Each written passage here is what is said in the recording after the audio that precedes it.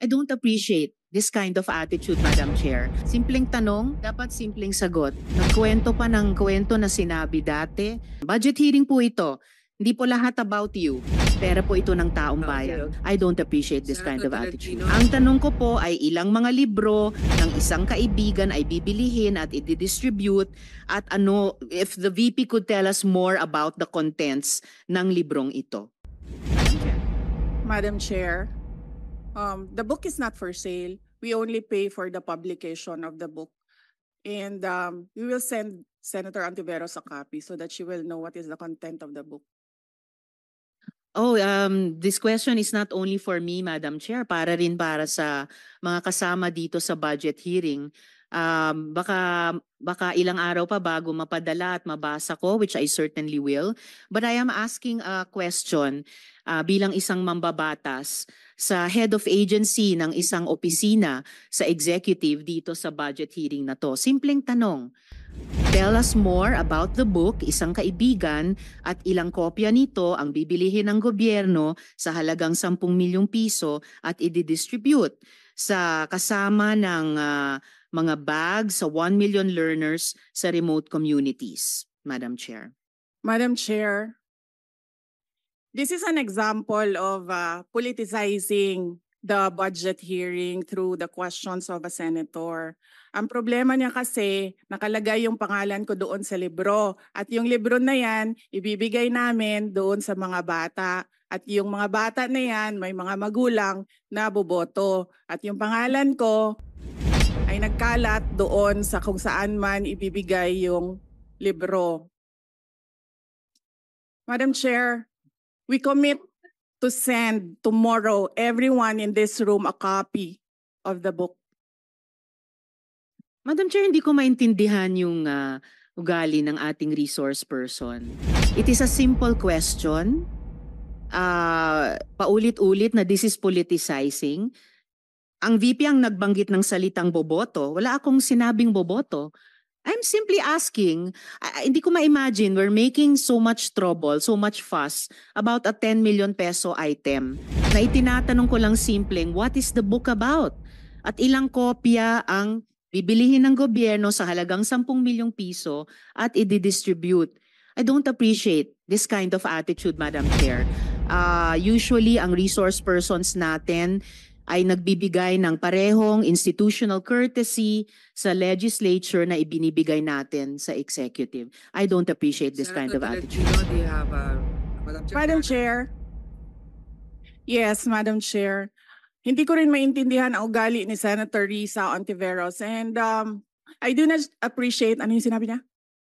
I do not appreciate this kind of behavior and attitude. Madam Chair, noong 2016, tumatakbo si Senator Risa Ontiveros na senator, nakailang talo na siya. So, Dalawa, Madam Chair. okay, dalawa.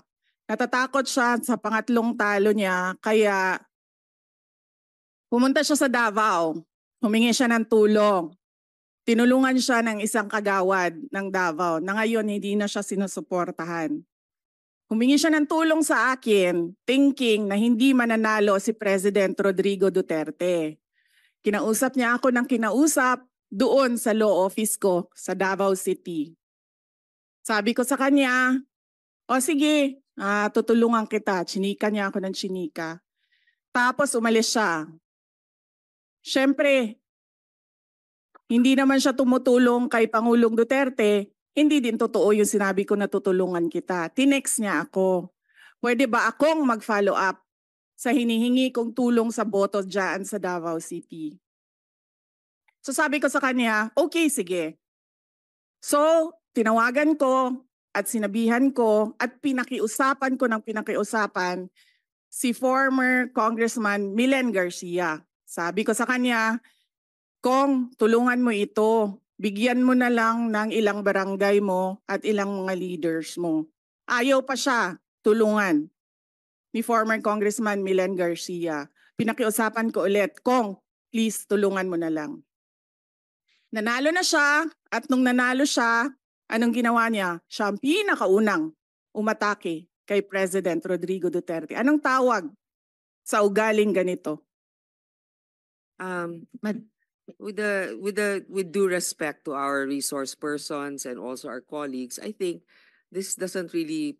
I understand there's history among all of us here, but I think that we should really stick to the budget. And I think uh, this is just being very objective. I would like to ask also, since we're going to be furnished a copy tomorrow, we can look at it and evaluate what the content of the book is.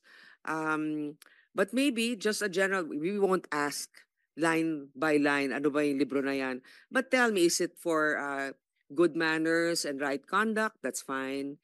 Is it science? Is it history? So maybe just a general one, so we can just answer it, because I understand that every office will have its own advocacy and initiative. So, but then I don't think it's also wrong for us to be curious what it is about. So just a general one. Any of the undersecretaries can tell me what the topic of the book is. Is it history? What is it? Madam Chair, the explanation is in the title, Isang Kaibigan. It's about friendship. Okay. Then that's for the record. It's about friendship. Madam Ar- Chair, just a last point. Okay. So kung sana ganun yung naging sagot sa simula pa, 'di ba? Napakasimple. Simpleng tanong, dapat simpleng sagot. Nagkwento pa ng kwento na sinabi dati na walang kinalaman sa tanong ko. Just for the record, as a last point, Madam Chair, this is public funds and we're making inquiries about them. Budget hearing po ito. Hindi po lahat about you. Pera po ito ng taong bayan. Okay. For the I record, think Madam that- Chair.